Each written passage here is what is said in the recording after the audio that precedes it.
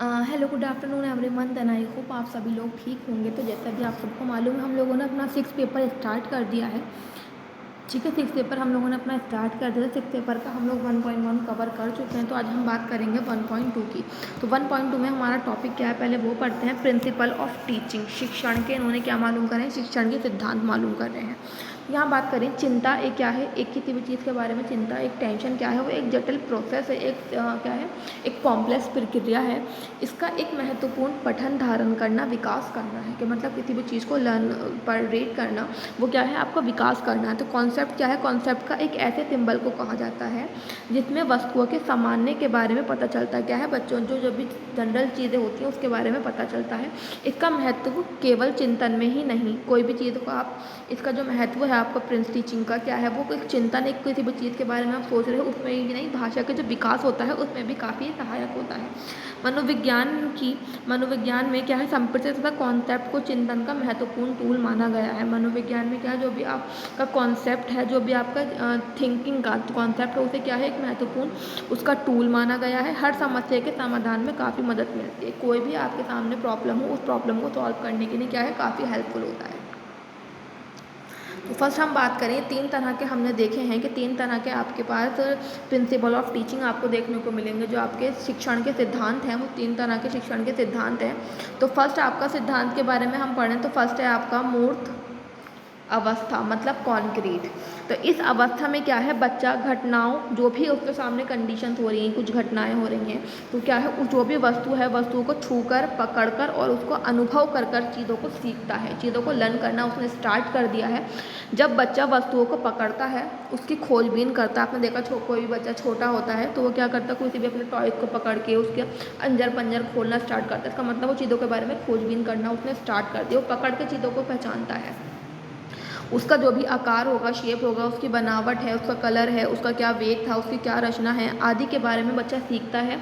बच्चों को रोज़मर्रा की क्रियाओं और गतिविधि के दौरान चीज़ों को पकड़ने और खोजबीन करने एवं उसके बारे में समझने, संकल्पना निर्मित करने के लिए कई अवसर मिलते हैं। जो भी बच्चे के डेली एक्टिविटीज़ होती हैं उसमें बच्चा कौन सा खेलता है, अपनी हर एक काम को कर रहा है, वो खेल खेल के दौरान, तो उसी दौरान जो भी बच्चे के सामने एक सामान्य चीज़ें आती हैं उसको पकड़ता है, उसकी खोजबीन करता है, उसको समझने का प्रयास करता है। इसी प्रकार से उसे विभिन्न प्रकार की इस तरह की एक्टिविटीज़ करने के लिए खुद ब खुद बहुत सारे अवसर प्राप्त होते रहते हैं। तो इसमें मतलब था कि हमारा जो ये मूर्त अवस्था थी, इसमें आइकॉनिक कॉन्क्रीट था। कॉन्क्रीट में क्या है, कॉन्क्रीट में बच्चा सिर्फ वस्तुओं को, उसको पकड़कर उसकी पहचान और उसको पहचानने की कोशिश, उसको टच करके, है ना, करता है। आगे देखें चित्र में क्या है, चित्र हमारा आइकॉनिक है। तो आइकॉनिक में क्या होगा, यह अद्र मूर्त अवस्था भी कहलाती है। अद्र मूर्त अवस्था मतलब कि आधी, है ना, मूर्त अवस्था कहलाती है जब बच्चों को अपनी चीज़ पकड़ना, जो भी उनकी चीज़ थी उसे पकड़ लें, उन्होंने तो उसको टच किया, उसकी खोजबीन करने के प्रयास में अनुभव हो जाता है, चीज़ों को एक्सपीरियंस उस चीज़ में हो जाता है, तब उस वस्तु का चित्र उनके मन में आ जाता है। फिर क्या होता है, जो पिक्चर वाली मतलब आइडेंटिटी, पिक्चर वाला कॉन्सेप्ट होता है वो बाद में आता है बच्चे के। जब बच्चे ने क्या किया, चीज़ों को पकड़ना स्टार्ट कर दिया अपने मूर्त वाले कॉन्क्रीट वाले उसमें, है ना, प्रिंसिपल में, तो क्या किया उसने, बस अपनी चीज़ों को उसने हाथ से उसने टच करना शुरू किया, उसको छुआ, उसको पकड़ा, उसकी खोजबीन की। उसके बाद वो क्या है, उसको जब वो बड़ा हुआ तो उसके अंदर एक पिक्चर वाला क्या है, कॉन्सेप्ट डेवलप होने लगा। पिक्चर वाला कॉन्सेप्ट, बच्चे ने पिक्चर देखी और चीज़ को आइडेंटिफाई कर लिया कि इसका आकार ये है अपने आप में, ठीक है। तो उसके मन में ये चीज़ आ जाता है कि मूर्त अधिवादी पक्ष को दर्शाता है। क्या है, यही बात जो है वो मूर्त द्यू आदमी को दर्शाती है। क्या है, बच्चे के अंदर ही आधा कॉन्सेप्ट डेवलप हो चुका है। तो बच्चा चित्र को देखकर उस वस्तु के जो भी उसका आकार, बनावट, रंग है, उसका पुनर्स्मरण कर सकता है कि मैंने उस चीज़ को वहाँ पे पहले ये चीज़ ऐसे मैं देख चुका हूँ, जिसकी वो पिक्चर देख रहा है वो इस तरह की है, उसके अंदर क्या है, खुद ब खुद स्मरण होने लगता है। इस प्रकार इस अवस्था में चित्रों पर कई क्रियाएँ आयोजित कर सकते हैं। जो बच्चे की ये वाली एज आती है कि पिक्चर को देख के बच्चे चीज़ों को पहचानने लगे, तो पिक्चर से रिलेटेड बच्चों के लिए हम विभिन्न प्रकार की एक्टिविटीज़ को कंडक्ट कर सकते हैं।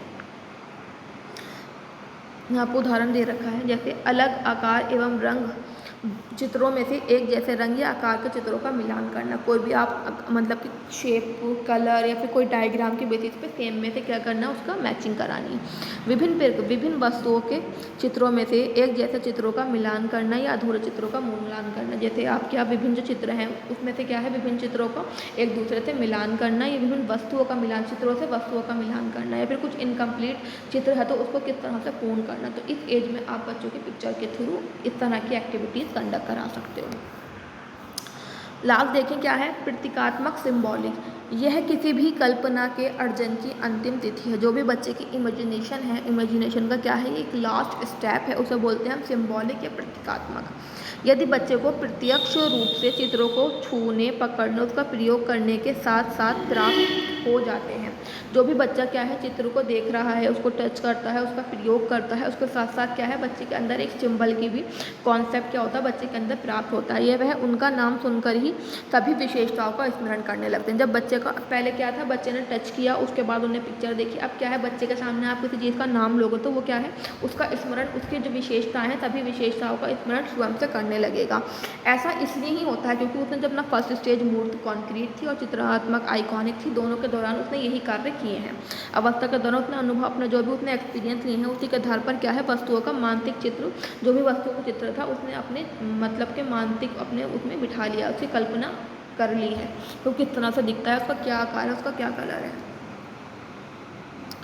यहाँ देखिए, अब वह इस चीज़ को देखे बिना उसके बारे में सोच सकता है, वह कल्पना कर सकता है। बच्चे के अंदर मतलब अब ये कॉन्सेप्ट डेवलप हो गया है सिंबॉलिक वाला, कि वो चीज़ों को नहीं देखे, बिना देखे उसका नाम सुने, नाम सुनने के बाद वो चीज़ों के बारे में सोच सकता है और उसकी इमेजिनेशन भी कर सकता है, उसकी कल्पना भी कर सकता है चीज़ों को लेकर।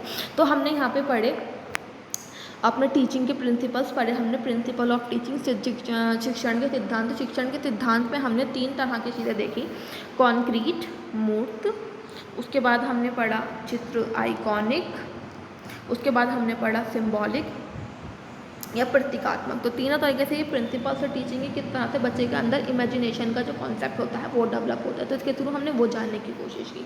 देन आई होप आपको चीज़ें समझ में आई होंगी कि मेरा क्या क्या मैंने एग्जाम्पल के थ्रू सही से सारी चीज़ें एक्सप्लेन करने की कोशिश की है। Then thank you for watching my video.